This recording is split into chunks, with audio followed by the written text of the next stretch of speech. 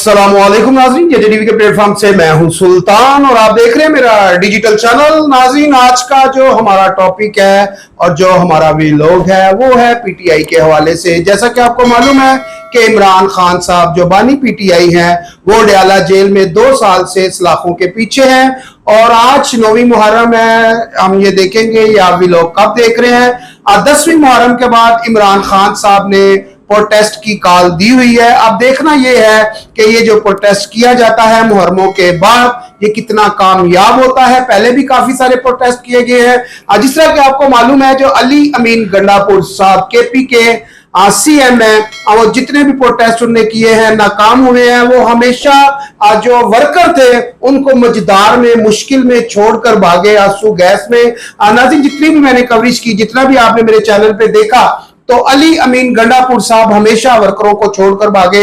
अब जो जेल से पैगाम आ रहे हैं सीनियर सियासतदान जो शाह महमूद कुरैशी साहब है और डॉक्टर समीना साहबा जो है, उनका ये कहना है कि जो भी है जो मामलात हैं वो बैठ के तय किए जाएं और जो इस वक्त की हुकूमत है उसके साथ हम बैठकर बातचीत करें। और जो इस वक्त इमरान खान साहब का बयानिया है वो ये है कि हम प्रोटेस्ट करें और पार्टी में से काफी सारी ऐसी भी आवाजें उठ रही हैं कि अपने अपने हलके में अपने अपने इलाका में बैठकर ये एहतजाज किया जाए। और कुछ लोगों का ये कहना है कि इस्लामाबाद पर चढ़ाई की जाए। हमारे साथ इस वक्त स्टूडियो में मौजूद है अतीक और रहमान सिद्दीकी साहब, उनसे जानेंगे कि उनकी राय क्या है। सीनियर कानूनदान है और सियासत में भी बाखूबी नजर रखते हैं। जी अस्सलाम वालेकुम सर। वालेकुम सलाम जी। क्या हाल है सर? ठीक है, खैरियत से हैं? ठीक है जी। काफी छुट्टियां हो गई आप? बस एक्चुअली प्रोफेशन में जो है ना बिजी शेड्यूल होने की वजह से समटाइम व्लॉग नहीं कर सकते, तो इंशाल्लाह मैं कोशिश करूंगा रेगुलर होने की। अच्छा नाज़रीन, जैसा कि आपको मालूम है कि अतीक और रहमान सिद्दीकी साहब जो है कि खरा सच बोलते हैं और हमेशा सच बात करते हैं। आगो के इनका जो ताल्लुक है वो पीटीआई से है, लेकिन उसके बावजूद भी जो बात है वो साफ सुथरी करते हैं। तो क्या होने जा रहा है इमरान खान साहब के साथ? ये प्रोटेस्ट कामयाब होगा कि नहीं? मैं अपनी बात का आगाज जो है ना एक शेर से करूंगा कि अपने भी खफा मुझसे है बेगाने भी नाखुश, मैं ज़ेर हिलाहिल को कभी कह न सका कद। तो मुख्तसर ये है कि जब आप एनालिसिस करें, तजिया करें, तो इम्पार्शल ऐनक पहन के आप करें और ट्रू एनालिसिस करें, लोगों को दुरुस्त बताएं जो आप समझते हैं ऑनेस्टी के साथ। हो सकता है कि जो मैं तजिया कर रहा हूं उस पर कोई गलती हो। हर बंदा इमैकुलेट नहीं होता, वो 100% ट्रू नहीं होता या ठीक नहीं होता, लेकिन वो ऑनेस्टी के साथ, ईमानदारी के साथ तजिया करना चाहिए। तो उस हवाले से मैं जो तजिया करूंगा इमरान खान साहब ने जो कॉल दिया उस हवाले से कि देखिए, पाकिस्तान तहरीक इंसाफ की हुकूमत जो छीनी गई वो अप्रैल 2022 में की गई और उसके बाद सबसे पहले इमरान खान साहब ने जो कॉल दी थी वो 25 मई 2022 की दी। और जिस तरह से फाशिज्म नाफिज किया गया जो आज तक कायम है, बल्कि जो शिकंजा है वो फाशिज्म का या अथॉरिटेरियनिज्म का या हिटलरिज्म नेक्सिज्म का, वो वक्त के साथ साथ जो है वो कसा जा रहा है। लेकिन पूरी कौम ने देखा कि किस तरह से जनाब खैबर से कराची तक उनको मार धाड़, उनको जेलों में डाला गया, FIRs की गई। तो ये जो सीरीज है ना, ये एक नहीं कई सीरीज हुई, जिसकी वजह से जो पाकिस्तान तहरीक इंसाफ के वर्कर्स हैं उनके मसल्स वीक हो गए, मार खा खा के वो बेचारे घरों में बैठ गए, मायूस हो गए। उसकी कई वजूहात हैं।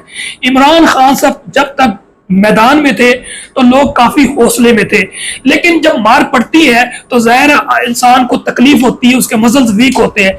तो अगर इस पहलू में आप तजिया करेंगे तो 25 मई 2022 में इनको काफी ज्यादा ब्लो बैक हुआ।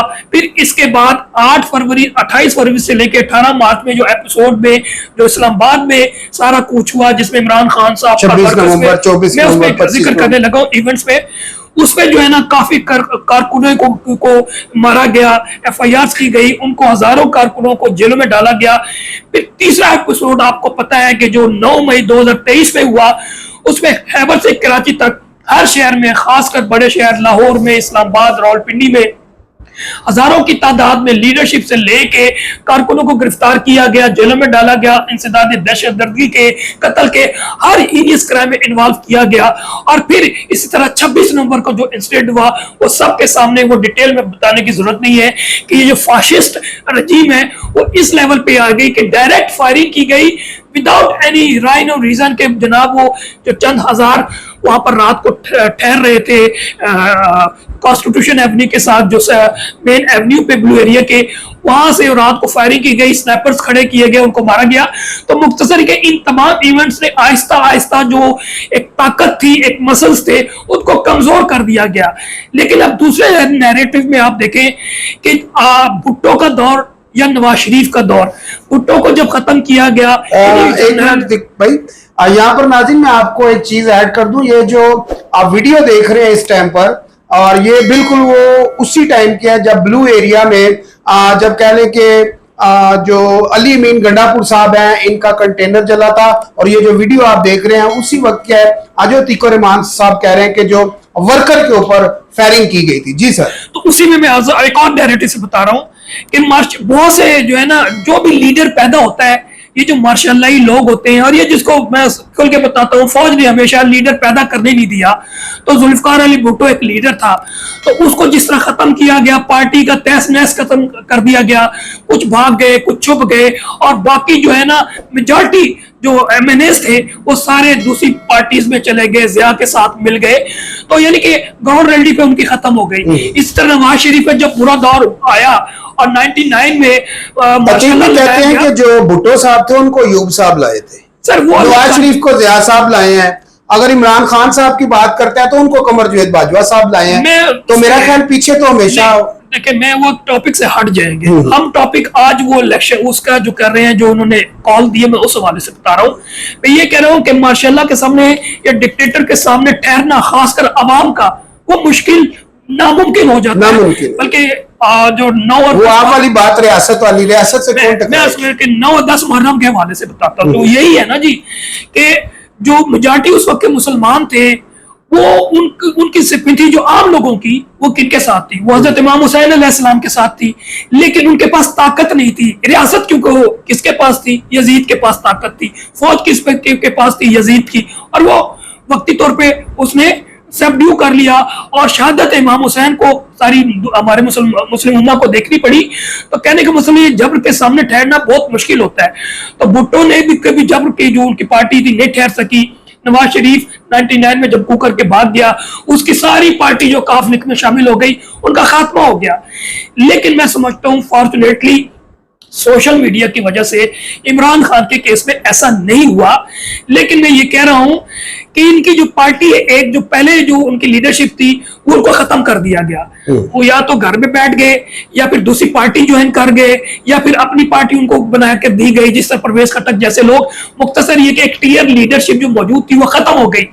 फिर एक नई लीडरशिप आई, और मैं समझता हूँ ये सिर्फ जो है ना, ये कॉस्मेटिक लीडरशिप है। ये दरअसल लीडरशिप है ही नहीं। ये मैं इनको कहता हूं डेपुटेशनिस्ट। ये भी डेपुटेशनिस्ट है, ये फाशिस्ट के रजीम के ये लोग जो है ना, मैं समझता हूँ प्रॉक्सी हैं, जो कि पाकिस्तान तहरीक इंसाफ में है। और इमरान खान का जेल में रहना इनके लिए फायदेमंद है।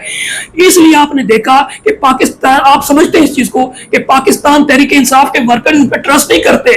चाहे वो बैरिस्टर गौर हो, या सलमान अकरम राजा है, शेख वकास है, अली अमीन गंडापुर है, क्या ये लोग तहरीक चलाएंगे? वर्कर का बाहर निकलने की नाम वजह भी यही है कि वो नहीं निकल रहा, उनको पता है कि लीडरशिप पॉइंट मैं वही कह रहा हूँ, पॉइंट पे आ रहा हूँ कि जब उन वर्कर को यकीन हो चुका है कि ये लीडरशिप थी नहीं, ये इनकैपेबल है, ये कंट्रोल है, ये कंप्रोमाइज है, ये मैनेज है, इससे बढ़कर वर्कर मार खाते खाते इतना थक चुके हैं। तो मैं समझता हूं कि इमरान खान साहब की ये कॉल देना ये बरवक्त नहीं है, और ये तहरीक कामयाब नहीं होगी।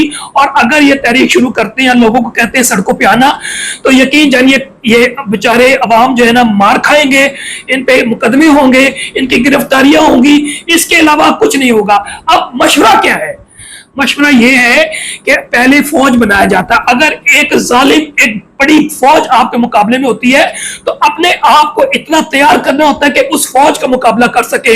नहते अवाम को खड़े कर देना, उस फौज जाबिर फौज के आगे खड़े कर देना, उसने आपको गोली मारना, इसके अलावा कुछ नहीं होना। तो लॉजिक ये है कि अपने अंदर ऑर्गेनाइजेशन पैदा करें। पाकिस्तान तहरीक इंसाफ में अनफॉर्चुनेटली मैं हमेशा कहता हूं जमहूरियत है ही नहीं।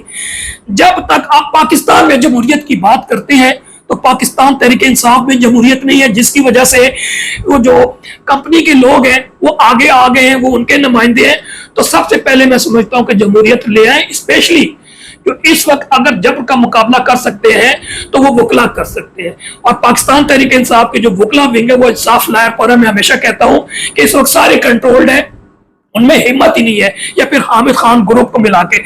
मुख्तसर अतीक भाई, मैं एक मिनट, नाज़रीन, जैसा कि अतीक भाई की आपने बातें सुनी हैं, और अतीक भाई की मुझे पता है इस टाइम पर जो पीटीआई के लोग हैं उनको शायद ये बातें बुरी लग रही हो, लेकिन अतीक रहमान सिद्दीकी साहब के बारे में मैं आपको बता दूं, जब 2022 में इमरान खान साहब के ऊपर जब केसों की बारिश हो रही थी और केसेस मजीद बन रहे थे उनके ऊपर, तो ये वाहिद अतीक रहमान सिद्दीकी साहब हैं। जब हम पुरानी हाई कोर्ट में जब जाते थे कवरेज के लिए, तो जो अतीक रहमान सिद्दीकी साहब हैं ये इमरान खान साहब के लीगल एडवाइजर भी थे और उनके सारे केसेस भी देख रहे थे। और मेरा ख्याल है कि पूरे मीडिया में, पूरी दुनिया में सबसे ज्यादा जो इंटरव्यू देने वाले अतीक रहमान सिद्दीकी साहब थे, खा वो इंटरव्यू इंग्लिश में हो, अरबी में हो, उर्दू में हो, पंजाबी में हो, पश्तो में हो, हर तरह की जुबान में अतीक रहमान सिद्दीकी साहब ने अपना जो मौकफ था इमरान खान साहब की जो कह ले जो मौकफ था वो पेश किया।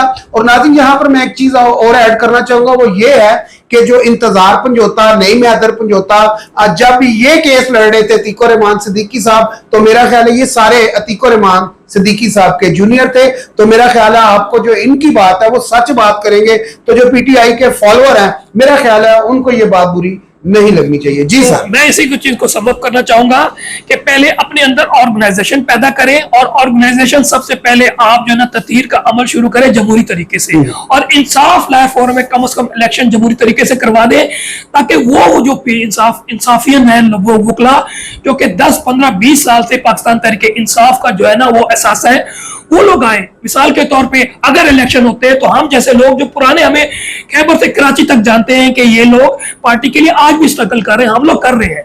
तो मुख्तसर ये है कि इलेक्शन करवा दें, उसके बाद 2 महीने मैं आपको किसी वक्त बेशक आप मेरा वीलॉग कर लीजिएगा कि 2 महीने में मैं मोबिलाइजेशन शुरू, हम जैसे लोग अगर सामने आ जाए तो 2 महीने में मोबिलाइजेशन करके वकला को मुतहरिक करके, और सोसाइटी के दूसरे जो हिस्से हैं जिसमें वकला के अलावा डॉक्टर्स हैं, इंजीनियर्स हैं, ताजिर हैं, किसान हैं, मजदूर यूनियंस हैं, उनसे कम्युनिकेशन करके हम एक इफेक्टिव जो है तहरीक अगेंस्ट द अथॉरिटेरियनिज्म या फाशिज्म है वो शुरू कर सकते हैं। और मेरी सजेशन ये है कि पहले ऑर्गेनाइजेशंस करें, उसके बाद तहरीक के बारे में सोचें। ये जुलाई का महीना चाह रहा है, वैसे भी बहुत गर्म तरीन महीना है, तो अगर 2 महीने आप गुजार लें, यानी कि जुलाई, अगस्त, सितंबर, तो सितंबर अक्टूबर कंपैरेटिवली बेहतरीन मौसम है तहरीक के लिए। लेकिन तहरीक आज से ही आप शुरू कर दें। तहरीक किस तरह से आप वार्म अप शुरू कर दें, उसमें मुख्तलिफ टीमें बना दें, सोशल मीडिया की टीमें बना दें, प्रेस कॉन्फ्रेंस की टीमें बना दें। यकीन जानिए पीटीआई के आप देख लें, रोजाना इनका रोजाना जो एक मीडिया प्रेस कॉन्फ्रेंस होनी चाहिए हर लेवल पे। और जो इस हुकूमत की गलत कारियां हैं, इलीगैलिटीज हैं, रोजाना की बुनियाद पे आवाम को बताना चाहिए। इंटर एलिया वो तमाम इशू जो आयन की खिलाफ वर्जी हो रही है, कानून की खिलाफ वर्जी हो रही है। अच्छा ठीक है, मुझे ये बताएं, बात लंबी हो जाएगी। प्रेस कॉन्फ्रेंस के हवाले से जो अभी आपने बात की है, मुझे ये बताएं कि अली अमीन गंडापुर की कुर्सी जाती हुए देख रहे हैं या रहेगी? अच्छा, इस हवाले से देखे छोटा सा मैं जिस तरह एतजाज हसन साहब ने एक जगह कहा था कि यार आप लोग बार बार मुझसे पूछते हैं कि जनाब मैं माहिर आयन हूं, तो आप मुझे बताएं आयन के मुताबिक क्या होने लगा है। तो उनका जवाब ये था कि मेरे भाई अब आयन तो मौजूद ही नहीं है। जब आयन मौजूद नहीं है, इस वक्त जो है ना वो टोटल पाकिस्तान में नाजायज रजीम है और मार्शल्ला है। तो मार्शल्ला में कुछ भी हो सकता है, जा सकती है, जा सकती है। अच्छा एक और चीज मैं उसको बताने लगा हूं कैसे जा सकती है, वो बता दूं। बिल्कुल जा सकती है, वो इस तरह जा सकती है कि जिस तरह से उन्होंने फॉर्म 47 से कुछ सीटें ली, उसके बाद इन्होंने आर्टिकल 51, आर्टिकल 106 की खिलाफ वर्जी करते हुए मखसूस नशिस्तें दी गई हैं, जिसमें केपीके में उनकी तकरीबन 40 सीटें बन गई हैं। तो फॉरवर्ड ब्लॉक बना के लिया जा सकता है। तो ये कुछ भी करके किसी वक्त भी कर सकते हैं। मुख्तसर राइट नाउ ये प्रेशर टैक्टिस है कि अमीन गंडापुर जो है वो उनके लिए काम करे जिस तरह पहले कर रहा है। और वो जो चाहते हैं कि जनाब बजट पास हो जाए, वो अगर बढ़के सड़के ना मारे तो फिर रुक जाएगा। बढ़ के भी वो उन्हीं के कहने पे मानता है, वो उन्हीं का ही है सारा कुछ। अच्छा। लेकिन हो सकता है कहीं ना कहीं उनको रेजिस्टेंस हो, तो वो अगर वो रेडी बॉय के तौर पे काम करता रहेगा तो ठीक है। For example mine and minerals act है, वो अभी रुका हुआ है, तो उस पर प्रेशर डाला जा रहा है कि वो जनाब कर दे। हाँ। अदरवाइज आए ये जो मार्शल हुकूमत है, ये किसी वक्त रिजीम चेंज करना है, इनके लिए कोई मसला नहीं है। डरा कर धमका कर इनको फ्रिंज बेनिफिट दे के इन्हीं के लोगों को डिस्क्वालीफाई करके कुछ भी हो सकता है। इनके खिलाफ मुकदमे हैं, उनको मुकदमात में जाके केसेस के जरिए कन्विक्शन करवा के उनको आउट किया जा सकता है। There many tactics. ठीक भी, जो पंजाब असेंबली में जो 26 ऐसे एमपी हैं जिनको डी-सीट किया जा रहा है, हो जाएंगे? अच्छा, मैं उसमें भी आने लगा हूं। देखिए, डी-सीट जो किया जा रहा है, आइन में क्या है, आइन में जो प्रोसीजर लिखा हुआ है या इलेक्शन एक्ट 2017 उसके मुताबिक तो ये बिल्कुल गलत है। और बल्कि मैं समझता हूं कि जो स्पीकर मोहम्मद खान साहब है वो आइन के 62 और 60 की खिलाफ मतलब अहमद साहब कहते हैं ये गालियां बहुत देते हैं। मैं आपसे यही कह रहा हूँ ना, गालियां दे वट एवर, वो इनके उसको उससे हटा नहीं सकते प्रोविंशियल मेंबरशिप से। उसकी वजह यह है कि आइन की जो आर्टिकल 62 है या 63 है, इसके अलावा कोई तरीका 15-20 दिन के लिए बैन वगैरह कर दे, सस्पेंड कर दे, वट एवर, इसके अलावा नहीं किया जा सकता। एक और बताएं मुझे बात, जो शाह महमूद कुरैशी साहब हैं उनका और जो सीनियर क़यादत है जो जेल में बैठी हुई है, उनने एक खत लिखा है। उनने कहा जी बेहतरीन जो रास्ता है वो है मुज़ाकरात। तो क्या मुज़ाकरात की तरफ ये जाएंगे? अच्छा, मैं अर्ज करूं, बहुत लंबा हो जाएगा, खैर है, शॉर्टकट है, ये आखिरी है। मुज़ाकरात देखिए, मैं हमेशा बिलीव करता हूं कि हर मसले का हल, चाहे वो जंग हो, वो मुज़ाकरात की टेबल पे ही हल होते हैं। लेकिन अभी चंद दिन पहले मेरी आजम खान स्वाति साहब से मुलाकात हुई। उन्होंने हमें लंच पे बुलाया हुआ था, इस्लामाबाद के लोगों से बैठे, तो वो गए थे, आपको पता है, मुलाकात करने। फिर उनके खिलाफ जो रेजिस्टेंस हुई तो उनका मौकफ ये था कि मैं एक नेक नियत तरीके से मामला हल करना चाहता हूँ, ये इमरान खान साहब को फंसाने वाले हैं। आजम स्वाति साहब हमेशा अच्छी कोशिश की है। तो वो उनका मौकफ ये था कि ये सारे जो है ना बेनिफिशरीज हैं इस वक्त जो है, और मैं चाहता था मामलात का हल करना। मुझे मालूम हो चुका है कि ये इतने ज्यादा ताकतवर हैं कि हमारे कारकुनों को भी मार रहे हैं, मुकदमे भी बना रहे हैं, तो इससे मसला हल नहीं होगा। तो मैं इसलिए गया था कि मामला हल करना, और ये नहीं चाहते हमारे जो है ये लीडरशिप सो कॉल्ड कॉस्मेटिक है, तो उस वजह से तो मुज़ाकरात के टेबल पे है। लेकिन उन्होंने कहा मुज़ाकरात के, मैं 50% उनसे एग्री करता हूँ। 50% मैं ये कहता हूँ मुज़ाकरात के लिए पहले आपको मसल्स शो करने पड़ते हैं। अगर हम मार खा खा के बिल्कुल कमजोर हो जाएंगे ना, तो फिर आप मुज़ाकरात ताकतवर के सामने नहीं हो सकते। मुज़ाकरात के लिए कुछ लो और कुछ दो होता है, यानी कि पहले आप अपने को शो करें कि यार समथिंग डिफरेंट। तो राइट नो इतनी मार खा चुके हैं, लीडरशिप फारिग हो चुकी है, तो पीटीआई तो बिल्कुल बैक फुट पे चली गई और दीवार से लगा दी गई है। तो मैं समझता हूं कि पहले आप कोई लीडरशिप लेकर आए जो मैंने जमहूरी तरीके से बताया है, उसके बाद अपने मसल थोड़े मजबूत करें, वार्म अप करें, थोड़े डंड पेड़ करें, तो पुशअप्स करें। लो जी नाज़रीन, वक्त की कमी की बाइस जो है कि हम ये अपना जो प्रोग्राम है यहाँ पर इख्तिताम करेंगे।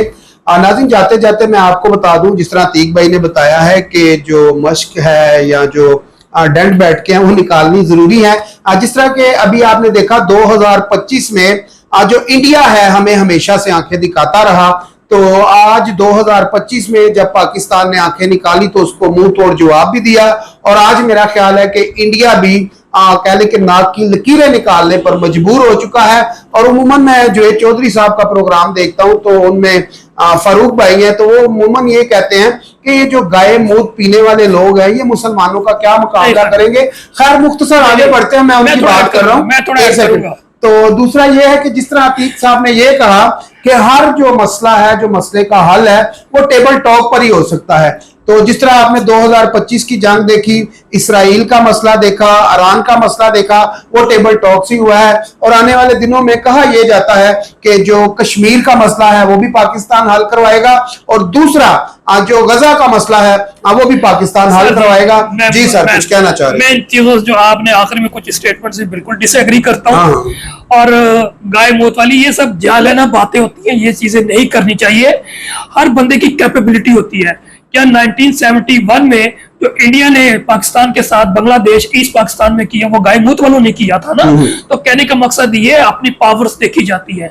इंडिया एक बड़ी पावर है और पाकिस्तान की बिल्कुल, मैं आप माजरत के साथ 100 करोड़ की वाम है, नहीं 140 करोड़ है, 140 और उनका हर तरह से, चाहे वो मिलिट्री वाइज है, चाहे उनकी कन्वेंशनल वार है, चाहे उनकी इकोनॉमी है, चाहे उनका आईटी सेक्टर, व्हाटएवर, हमारा कोई कंपैरिजन नहीं है।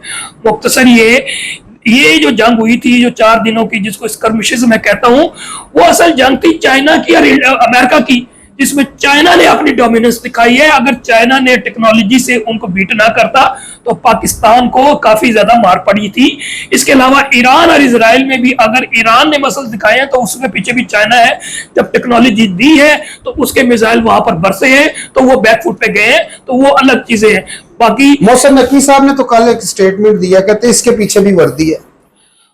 देखिए वर्दी कौन सी है वो तो बताए ना, वो मुनाफिकाना बात क्यों कर रहे हैं? वो तो वर्दी यही है, बता रहे हैं तो वर्दी तो ही है फौज ना, है इसके पीछे। चाइना की वर्दी है या ईरान की वर्दी है, ये नहीं बताया ना। पाकिस्तान लो जी, की वर्दी ये है। कहने के मोहसिन नकवी साहब आपके लिए एक सवाल छोड़े जाते हैं और ये आपने अब बताना है। अतीक रहमान सिद्दीकी साहब का बड़ा अच्छा सवाल है, इसके पीछे कौन सी वर्दी है? ये अच्छा, मेरा ख्याल है ये उन्होंने इस कंटेंट में बात की थी कि जिस तरह अमूमन जो है ना पीटीआई इल्जाम लगाती है ना, इसके भी पीछे वर्दी है, इसके भी पीछे वर्दी है, तो मेरा उन्होंने भी लफ्ज खाली वर्दी का इस्तेमाल किया है। इसी के साथ अपने भाई सुल्तान को इजाजत दीजिए, अतीक रहमान सिद्दीकी साहब को इजाजत दीजिए। मिलते हैं अगली वीडियो में। अल्लाह हाफिज।